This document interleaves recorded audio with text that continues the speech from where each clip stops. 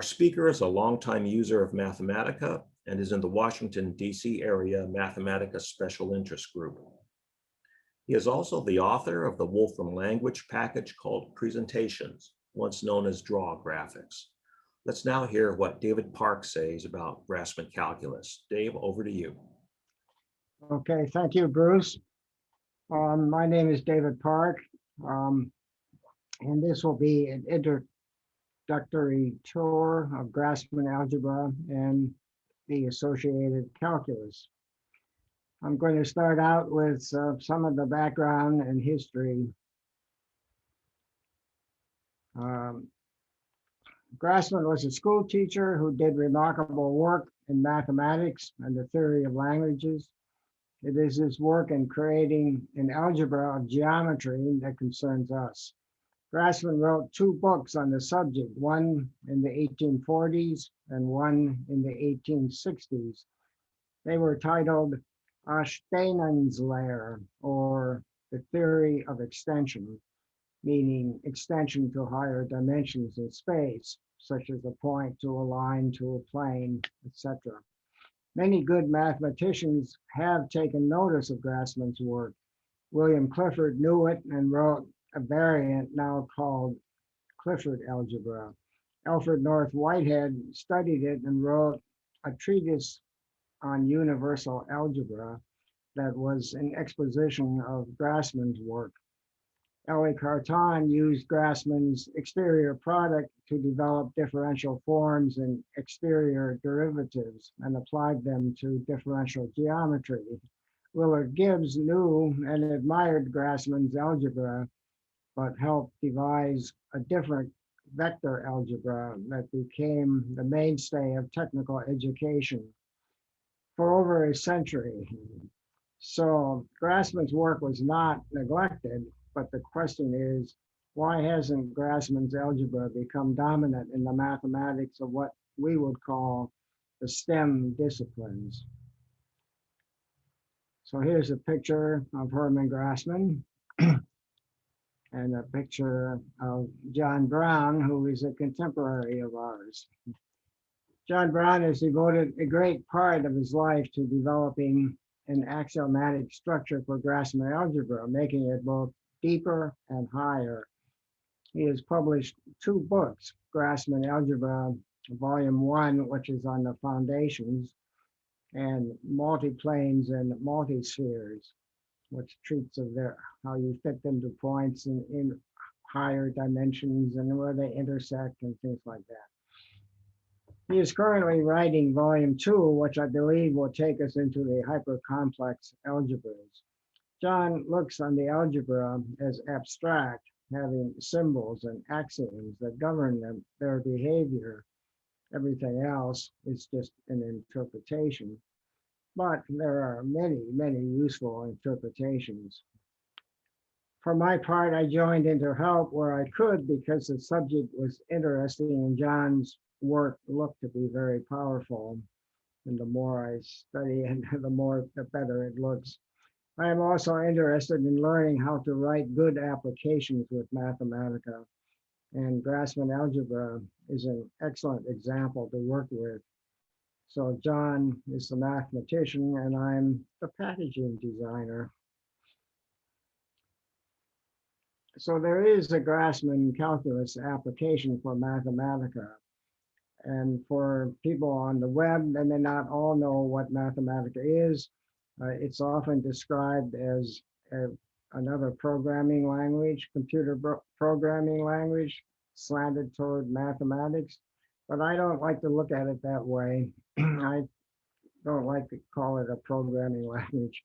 I call it a new active and dynamic medium for the development, exploration, and communication of ideas and concepts that have a mathematical underpinning. It's about 32 years old, but this is a short time for an application of this type. We are still learning how to use it. The masterpieces, the great masterpieces have yet to be written, and maybe we are just the pioneers.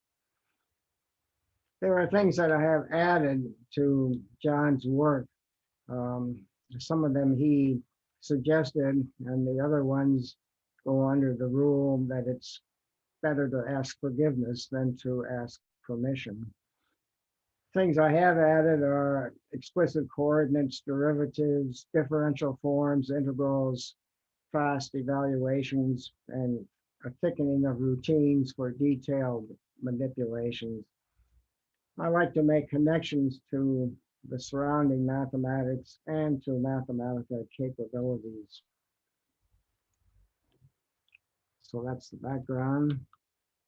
So now we're going to look at the entities. I'm not going to do hardly any computation at all. I'm just going to show you pictures or of output and what the entities look like. And in further videos, we'll do a lot of calculation. And I hope that further videos will be shorter. So Grassmann algebra starts with linear sums of declared independent basis elements. So here's a set of basis elements, E1, E2, E3, E4, which would be vectors. We can take linear sums over numbers, and we could take linear sums over scalar symbols. One of the things that John has done is we not only declare what the vectors are, but we also declare what the scalars are. And at first that kind of set me back. I thought, well, maybe everything that's not a vector should be a scalar, but he has put much more control into it. The basis vectors are undefined other than being independent. They may represent, for example, apples, oranges, pears, and grapes if you're interested in making a fruit salad. It is possible to add apples and oranges after all. They may be hydrogen, carbon, oxygen, nitrogen, etc. If you're interested in combining them into molecules through chemical reactions, and this is called chemical stoichiometry. They may be basic physical elements such as length, time, mass, which are combined into more complex units, which is dimensional analysis. So these last things are all examples of homological algebra, which you get for free. The most familiar interpretation is the application to geometry, and that is the one I will use.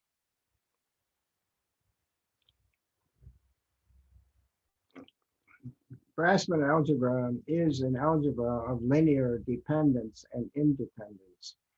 And here we see the first and most important product for Grassmann algebra, which is the exterior product. That is one of them. And I want to take this palette and enlarge it so it's easy to see. So the exterior product is has an infixed operator, which is a wedge. And on this palette, I have a number of tabs, and I'm only going to show you a few things. But the this tab has all the products on it, and each of the products we have has its own infix operator. Grassmann himself, and many of the books today, especially with Clifford algebra, they just put the two vectors side by side, and they don't have an infix operator, and you're supposed to assume that's what it is, but not in John's work and not in the application. We're very big on context and not having anything that you have to kind of know by context or something like that. It's there. So we have a wedge for the exterior product. We have a V for what's called the regressive product, which I'll talk to you about in a moment. We have a circle minus for the interior product. We have a diamond for the Clifford product. Okay, so here's our exterior product using the wedge. And so what's so special about it? What's special about it is that it has a symmetry. If we interchange any of the two arguments in an exterior product, that will change the sign. If we transpose them, and they don't have to be next to each other. Like if we interchange the P and the S, then it would change the sign.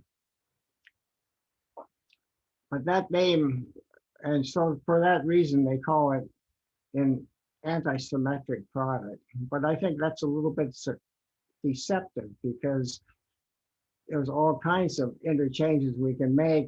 We can do all kinds of permutations of the vectors in their slots. And so we have to take, and not all of those change the sign, and maybe half of them do and half of them don't.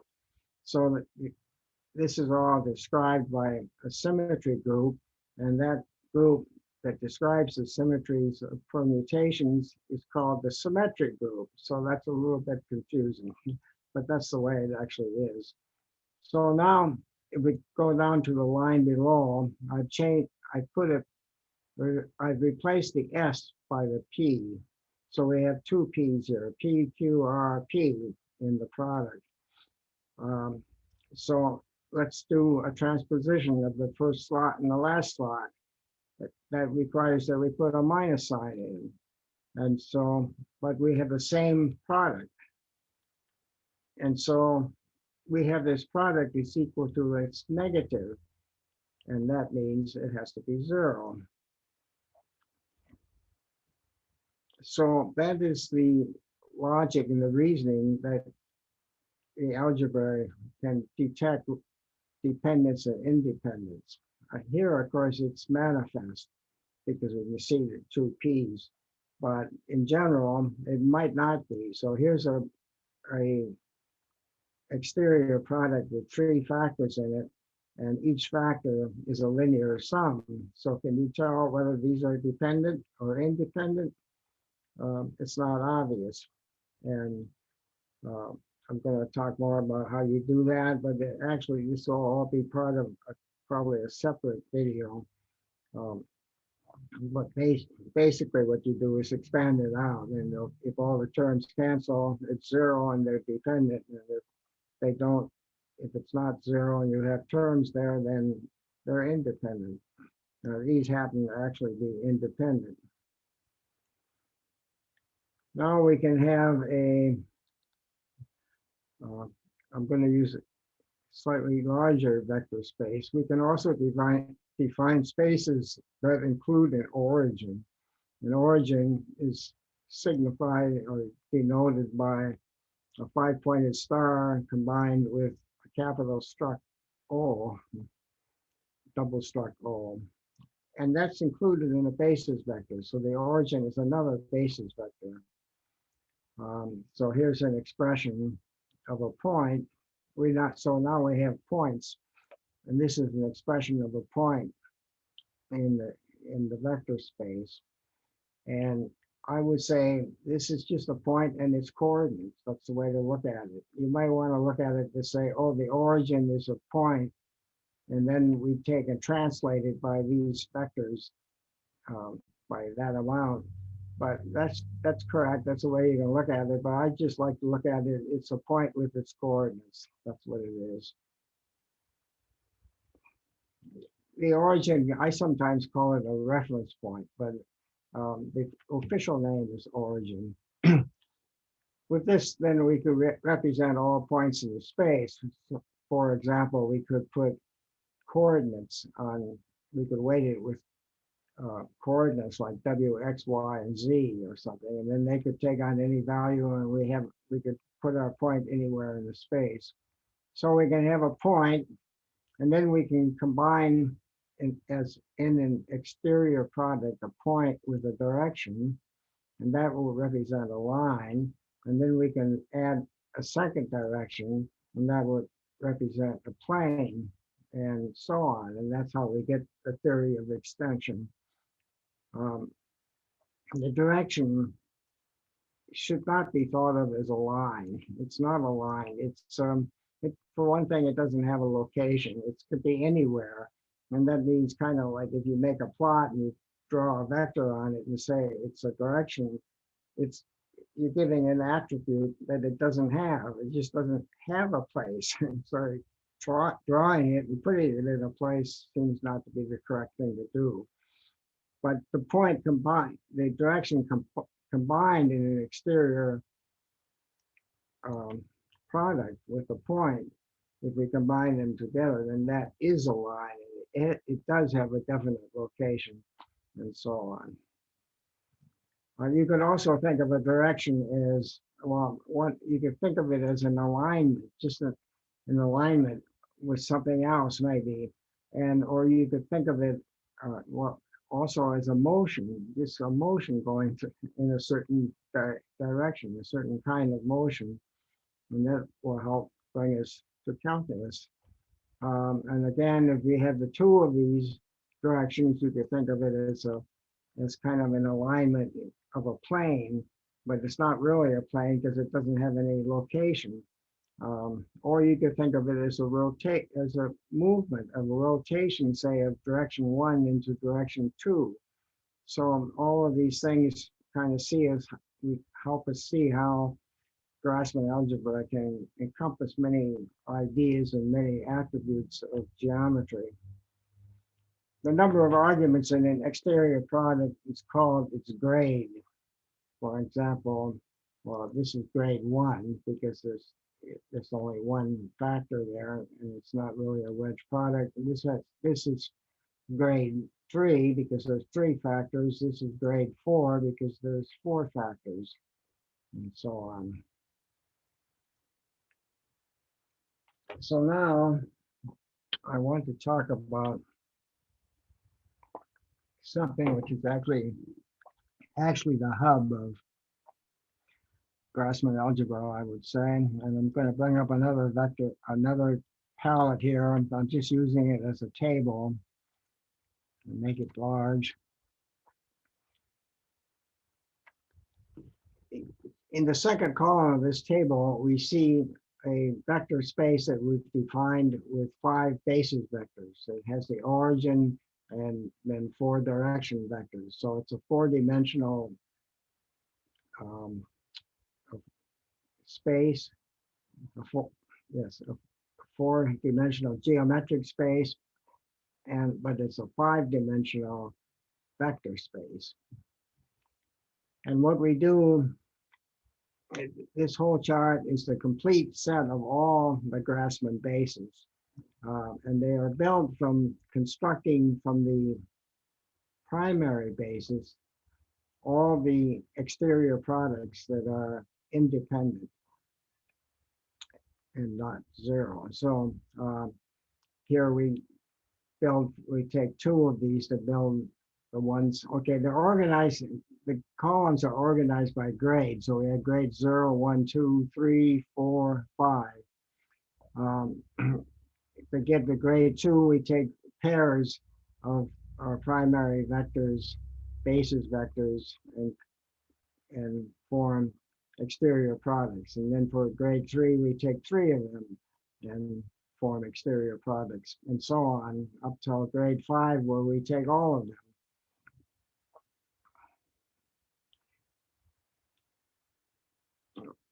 Okay, each column in this table, the elements in each column form a vector space. So each of these are vector spaces. One of the things about Grassmann algebra is there are vectors all over the place, and there are vector spaces all over the place. So sometimes you have to kind of use maybe a binary name to describe what vector it is, like a direction vector or a point vector or a differential form vector. So here there are, okay, yes. Then, so let's look at the number of elements in each column. As I said, there's the way we can pick 2 of them, the way we can pick 3 of them, the way we can pick 4 of them, and so on. These are binomial coefficients. So, and then this is the way we can pick 0 of them, which is one way. And so if we added up all these binomial coefficients, they add up to 2 to the 5th power. If we had an n-dimensional vector space, primary space, it would be 2 to the nth power. So, but here is 2 to the 5th power, and that's 32. And each of them, as I said, are vector spaces. I want to talk about this zero grade space. And we call all these grade bases uh, elements. I want to talk about the first column here. It has a 1. The 1 is the generator of all scalars. They're scalar fields, and field is a mathematical object. And the mathematicians have showed us, I guess actually it's not difficult to show, that all fields are vector spaces. It's not the other way around. Not all vector spaces are fields, but all fields are vector spaces. So that's why every column here is a vector space. Now, you probably see a symmetry in here because the number of items, we have 1, 5, 10, 10, 5, 1 again, and there's kind of a reflective symmetry here. And again, the mathematicians tell us that any two vector spaces that have the same dimension are isomorphic, which means they're basically the same vector space. So we can map, for example, the grade 1 items onto the grade 4 items and vice versa. And this is in most of the literature is called the Hodge-Star operator, but John doesn't use that term too much. He just calls them a column and a complementary column. And if he wants to map from one to the other, he'll call one of them the basis element and the other one the co-basis element.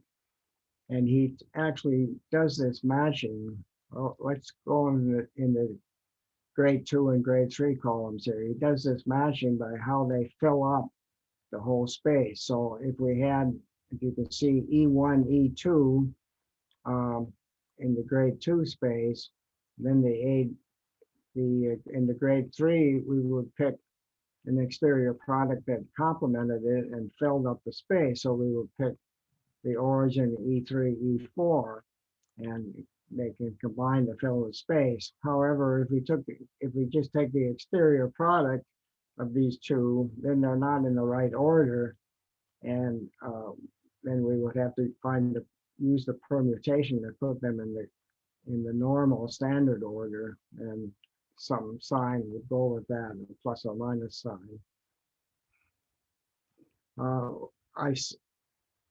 Yes. If we look at this product up here again, and we expanded it out we expand out the sums and we factor out the scalars, then we'll get a whole sum of terms, unless it's 0. And those sums of terms will correspond to a weighted sum of, since this is a grade 3 product, we use the grade 3 column here. It will be a weighted sum of the items in this column. I didn't use an origin in this example because I hadn't introduced it yet, so it would just include the lower ones in that particular case. But in general, I would include all of them. So we make a lot of use of sums down these higher grade vector spaces. We can also make sums across. This doesn't happen in the basic Grassmann algebra. It's things that are covered, like, for example, in volume 1 of John's work, but they are covered when you get to making higher grade algebras. I'm not sure the right term, but hypercomplex algebras, or things like the Clifford algebra. Then you can take sums across and you have what's called a multi-graded expressions. And we'll see just a little bit of that.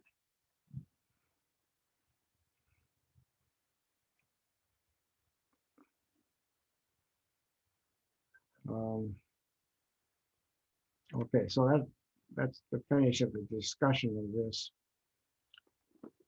table.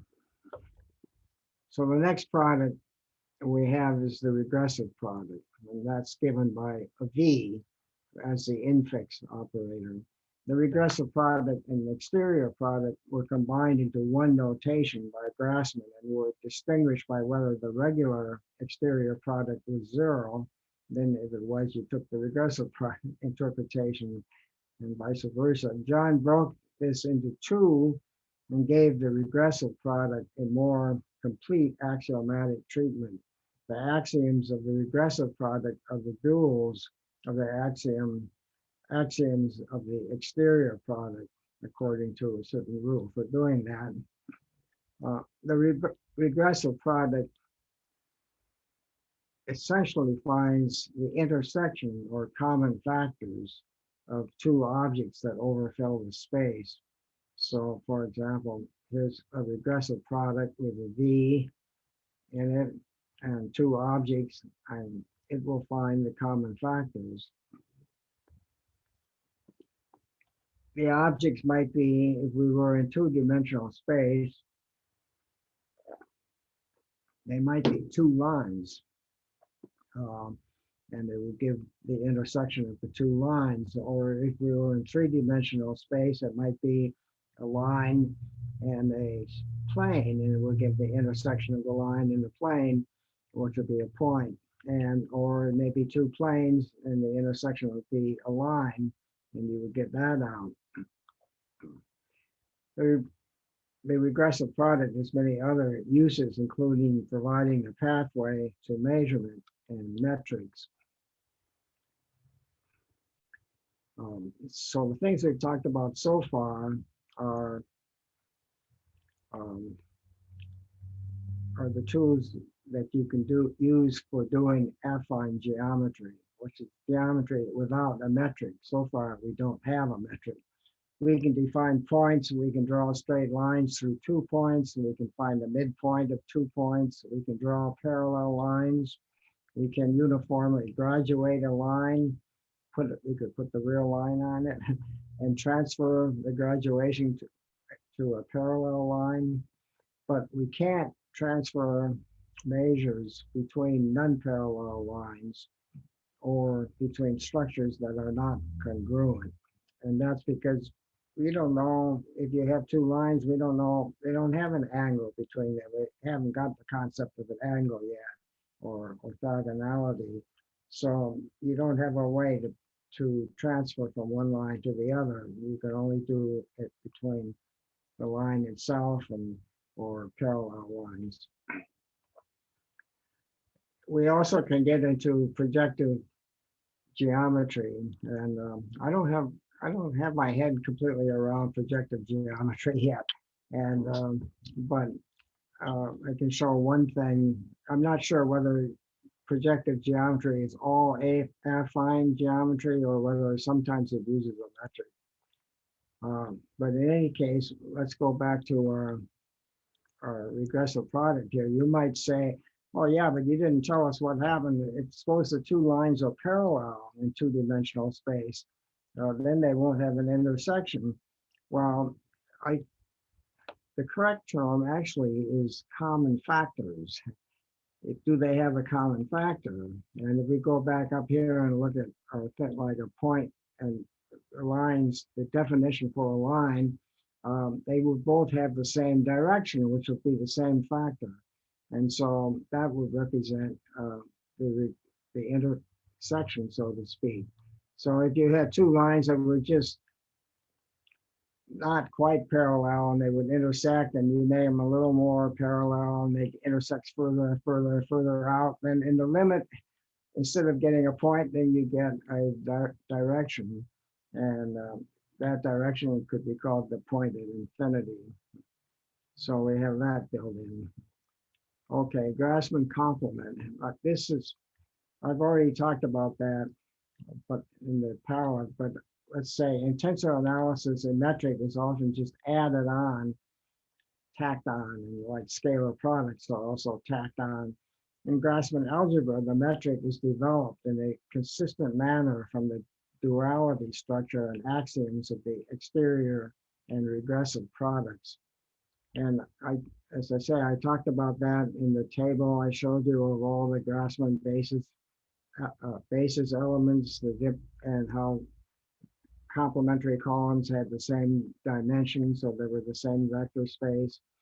And so what we will often do when we combine them, we will take a basis element from one and the co-basis element from the other, and they fill the space. And so when we take the regressive product of two such elements, we will get a scalar. But at first this confused me for a while because I kind of ran across it. I thought, well, I discovered something new, but not really. But I was used to getting points and lines and planes and things that intersect. And when I got a scalar, I said, well, what do I do with a scalar? What does that represent?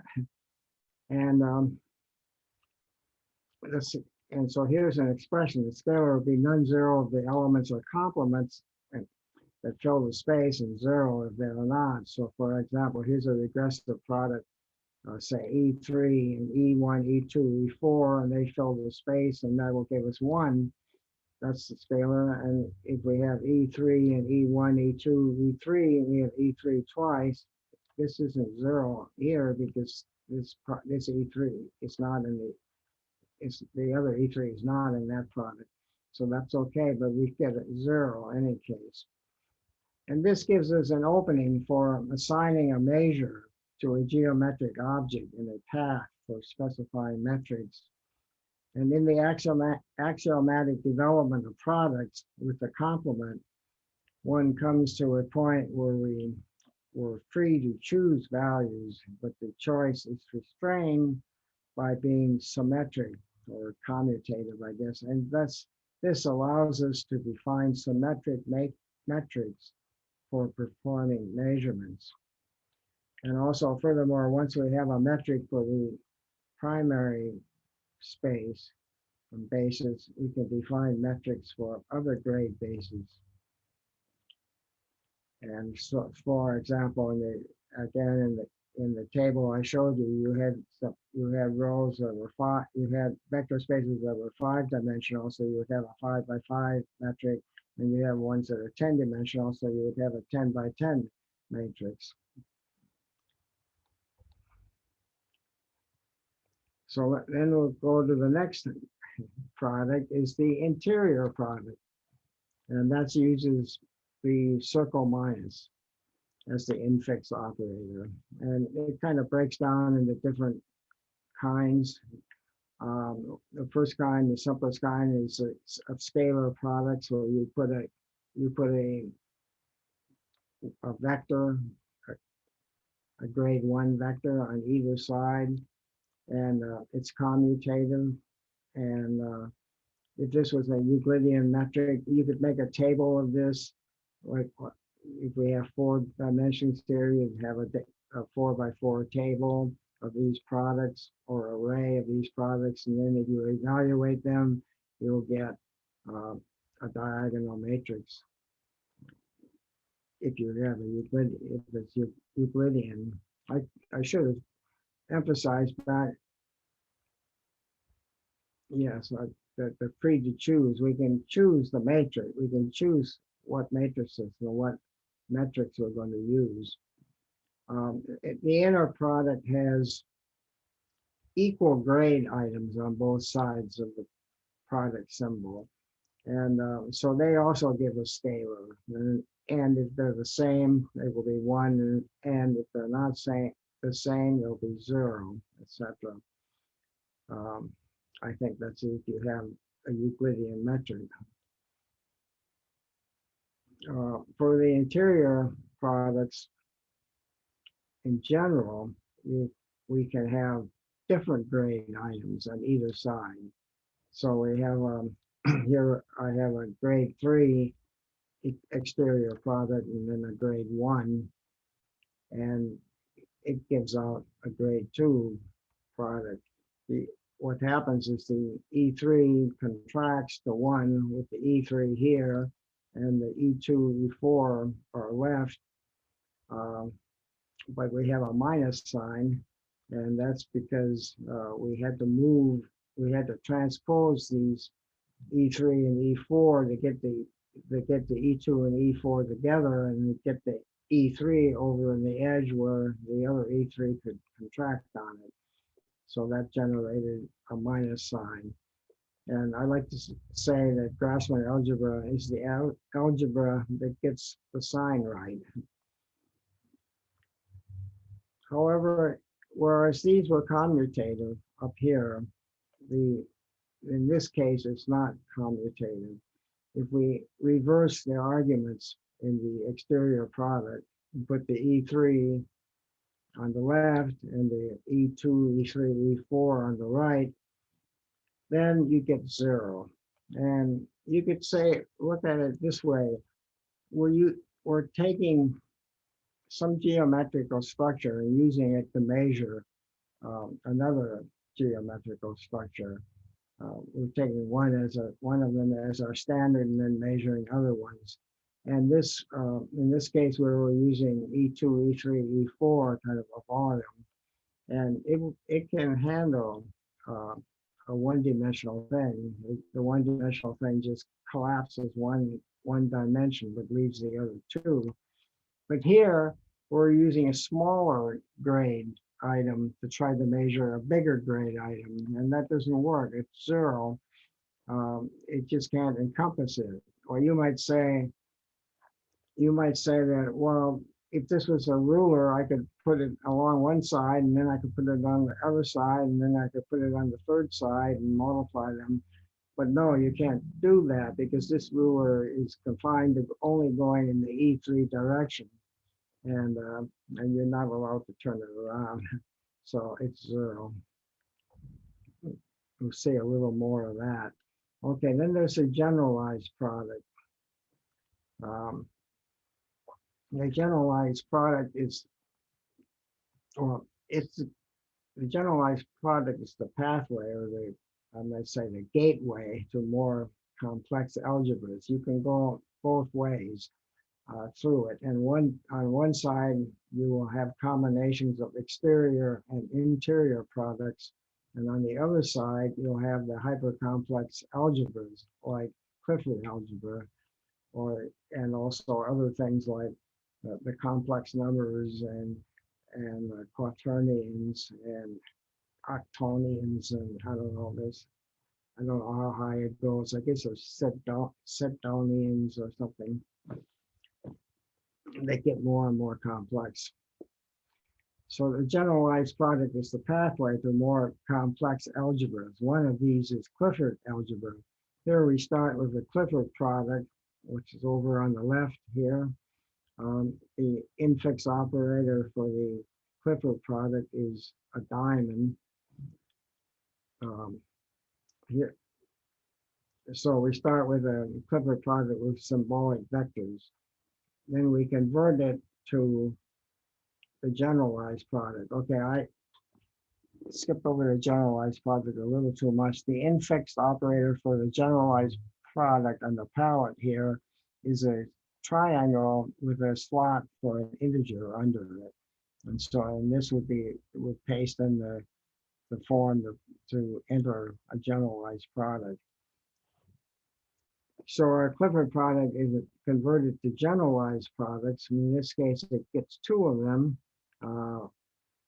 One of them has a 0 index, one of them has a 1 index, and then there are rules for doing that. There are axioms for doing that, and that's in the application. We'll do it for you.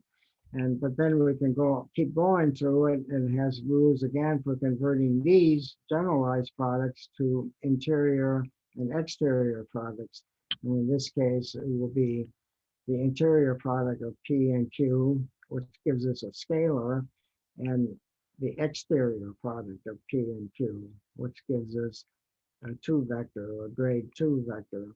So this is a multi-graded element. And that's what I was talking about, how you could go across the table of the Grassmann bases. So that's just a little touch of that. If you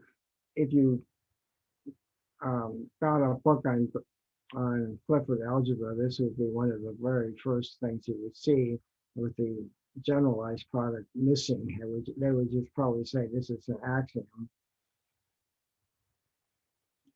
So that's all the items I'm going to talk about that are in the Grassmann algebra. So we'll go into the Grassmann calculus.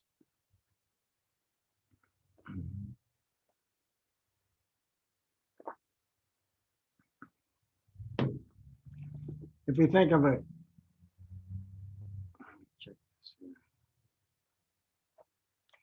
if we think of a direction vector, then we can think of moving in that direction. Then we can think of things changing, and then of derivatives. In manifold theory, the basis vectors are often taken to be partial derivative operators. So they operate at a point, and you don't have to have your little hammer to hammer the little vectors down in so they'll fit into your curved space. So in short, calculus is an intrinsic part of Grassmann algebra. So some of the derivative operators are that we have, these are kind of a little kind of trivial, but we have directional derivatives in which you can put in a direction that you want to take the derivative. And this could be a linear sum. And then you specify a point, a point that you want it to be evaluated at, and then you can apply it to a scalar function like xy squared over z. And this will give you 4. You can only apply it to scalar functions. It doesn't work for other more complex things. But then we can have a vector operator, which is a different item we have. This was the directional derivative on the palette, over on the palette, and this is the vector operator.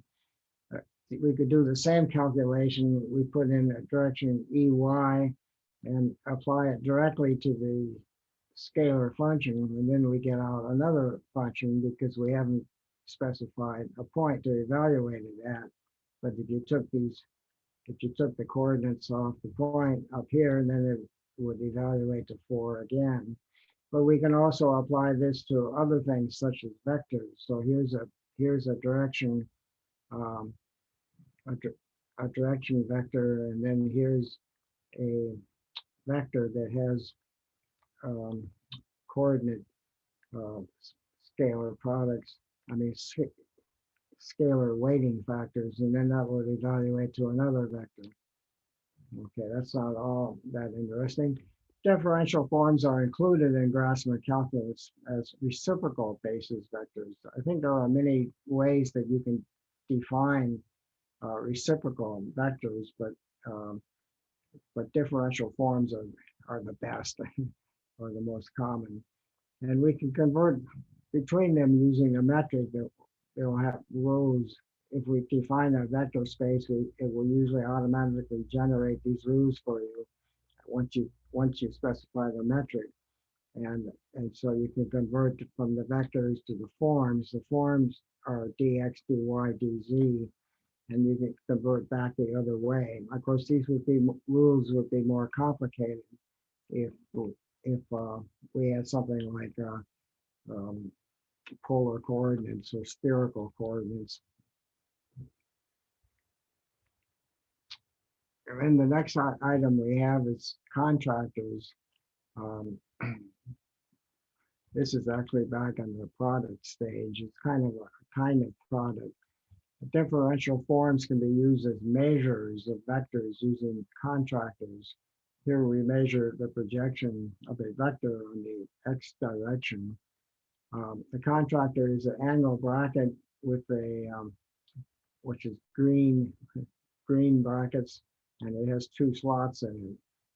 I had to use green because John uses a black regular angle bracket for another purpose. So, but I like green, it's nice.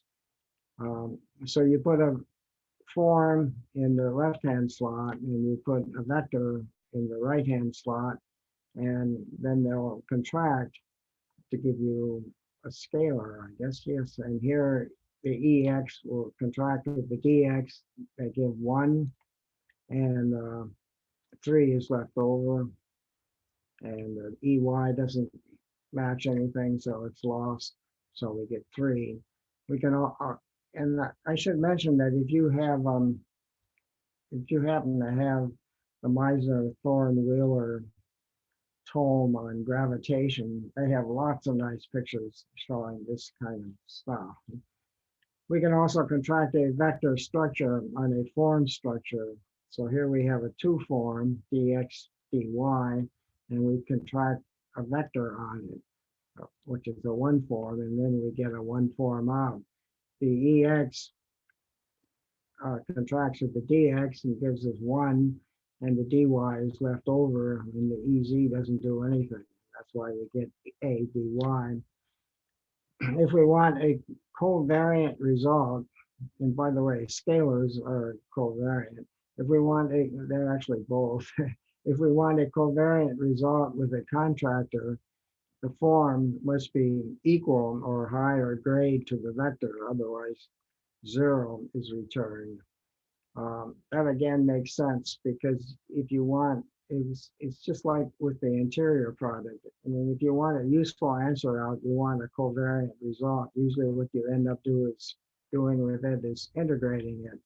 And you can integrate exterior forms, but I don't think you can integrate vectors, exterior vectors. And then down here, I've converted these 2 statements to the interior product. And you can do that and you get the same answers. And so the reasoning is kind of the same. Then we have exterior derivatives. I'll go back to this chapter. This tab, they're denoted by a bold-faced D. And I'll just give a couple of facts about them. We can take exterior derivatives. The exterior derivatives of the coordinates are the form bases. So if we took the exterior derivative of the coordinates x, y, z, then you get dx, dy, dz, which are the basis vectors for the exterior product. The exterior derivatives of an exterior derivative is 0. So if we took the exterior derivative of this vector, we get a bivector. And if we took the exterior derivative of that bivector, we get 0. Oh, I should say I haven't shown them here, but we also have like curl, div, and grad in there. And we also have things like pulling back a form or pushing forward a vector field, and so on. But we're not going to talk about that right now because we're short of. The last thing we have here is form integrals. Differential forms, they say, are those things you integrate. The Grassmann calculus form integral uses differential forms, and it meshes with the Mathematica integral routine and the geometry routines for specifying domains of integration. They're very nice. They have lots of different ways you can specify a domain of integration, and then their integral routines will handle it. So what we have is a form integral, and then we kind of convert it into a Mathematica integral. This is right here. And so the following is a 2-dimensional integral using a 2 form. Here's a 2 form. And again, if you interchange the dx and dy, you would change the sign. So we get the sign right, I hope. And the domain usually is an extended expression. So I just put a domain there, and if you put your cursor on top of it, it will bring up a tooltip. Unfortunately, I enlarged the whole picture, but it doesn't enlarge the tooltip.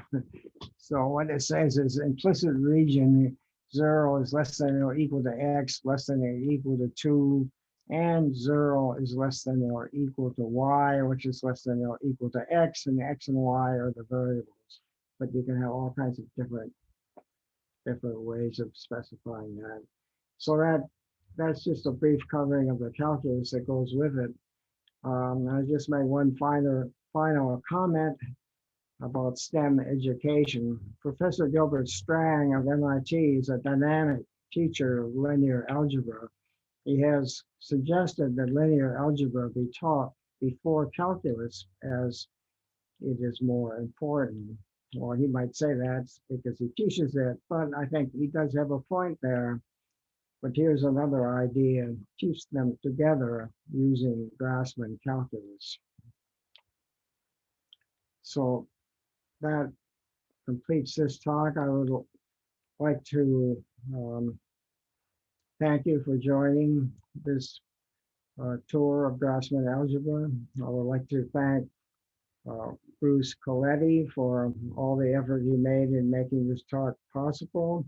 And also I would like to thank Nick Mikowski for his help in doing this and in recording it. And I would like to thank the members of the special interest group for allowing me to participate with them and learn a lot from them. So that's the end of this part of the talk.